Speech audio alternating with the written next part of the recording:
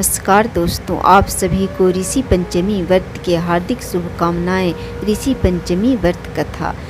युधिष्ठिर ने कहा, हे देवेश्वर, मैंने आपके श्री मुख से अनेकों व्रतों का श्रवण किया है। अब आप कृपा करके पापों को नष्ट करने वाला कोई उत्तम व्रत बताएं। राजा के इन वचनों को सुनकर श्री कृष्ण जी बोले, हे राजेंद्र, अब मैं तुम्हें ऋषि पंचमी का उत्तम व्रत सुनाता हूँ, जिसको धारण करने से स्त्री समस्त पापों से छुटकारा प्राप्त कर लेती है। हे नृपतम, पूर्व समय में वृत्रासुर का वध करने के कारण इंद्र के उस पाप को 4 स्थानों पर बांट दिया गया। पहला अग्नि की ज्वाला में, दूसरा नदियों के बरसाती जल में, तीसरा पर्वतों में और चौथा स्त्री के रज में। उस रजस्वला धर्म में जाने अनजाने में उससे जो भी पाप हो जाते हैं, उनकी शुद्धि के लिए ऋषि पंचमी व्रत करना उत्तम है। यह व्रत समान रूप से चारों वर्णों की स्त्रियों को करना चाहिए। इसी विषय में एक प्राचीन कथा का वर्णन करता। सतयुग में विदर्भ नगरी में सयोंजित नाम का राजा हुए। वे प्रजा का पुत्रवत पालन करते थे। उनके आचरण ऋषि के समान थे। उनके राज्य में समस्त वेदों का ज्ञाता, समस्त जीवों का उपकार वाला सुमित्र नाम का एक कृषक ब्राह्मण निवास करता था। उनकी सती जयश्री पतिव्रता स्त्री थी। ब्राह्मण के अनेक नौकर चाकर भी थे। एक समय वर्षा काल में जब वह साध्वी खेतों के कामों में लगी हुई थी, तब वह रजस्वला भी हो गई थी। हे राजन, उसे अपने रजस्वला होने का भास हो गया था, किंतु फिर भी वह घर गृहस्थी के कार्यों में ही लगी रही। कुछ समय के पश्चात दोनों स्त्री पुरुष अपनी अपनी आयु भोग कर मृत्यु को प्राप्त हुए।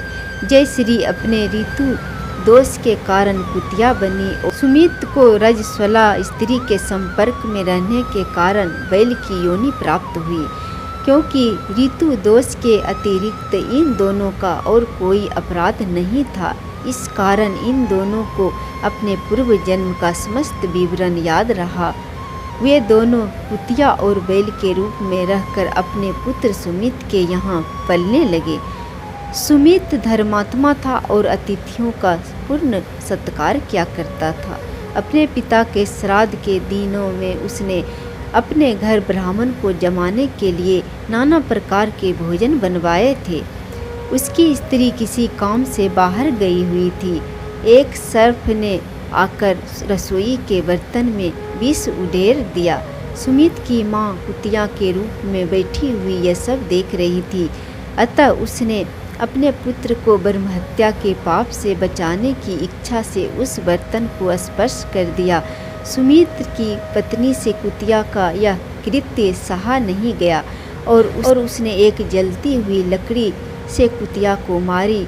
वह प्रतिदिन रसोई में जो जूठन आदि शेष रहती थी, उस कुतिया के सामने डाल दिया करती थी, किंतु उस दिन से क्रोध के कारण वह भी उसने नहीं दी। तब रात्रि के समय भूख और प्यास से व्याकुल होकर वह कुतिया अपने पूर्व पति के पास आकर बोली, हे नाथ, आज मैं भूख से मरी जा रही हूँ।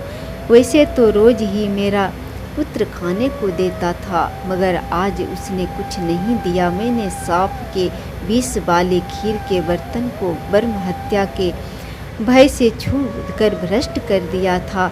इस कारण बहू ने मारा और खाने को भी कुछ नहीं दिया। बैल ने कहा, हे भद्रे, तेरे ही पापों के कारण मैं भी इस योनि में आग पड़ा हूँ। बोझा ढोते ढोते मेरी कमर टूट गई है। आज मैं दिन भर खेत में जोतता रहा। मेरे पुत्र ने भी आज मुझे भोजन नहीं दिया है और ऊपर से मारा भी बहुत है। मुझे कष्ट देकर श्राद्ध को व्यर्थ ही किया है। अपने माता पिता की इन बातों को उनके पुत्र सुमित ने सुन लिया। उसने उसी समय जाकर उनको भरपेट भोजन कराया।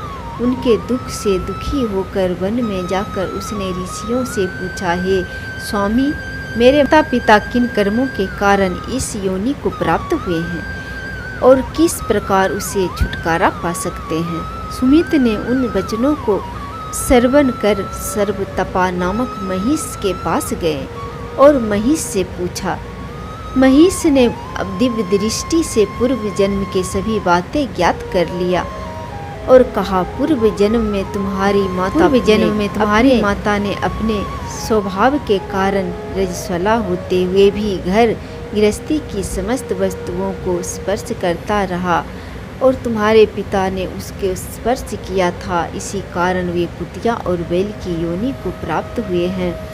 तुम उनकी मुक्ति के लिए ऋषि पंचमी का व्रत धारण करो।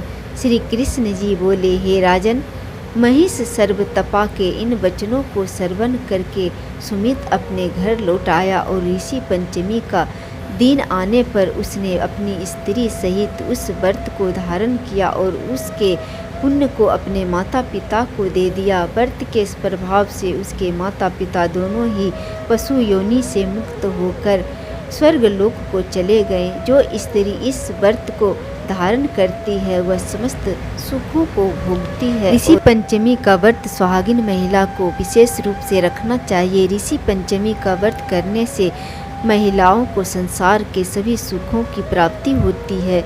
इस दिन महिलाओं को व्रत का पूरा लाभ प्राप्त करने के लिए भविष्य पुराण में वर्णित ऋषि पंचमी की कथा का पाठ जरूर करना चाहिए, तभी उनका व्रत पूर्ण होगा।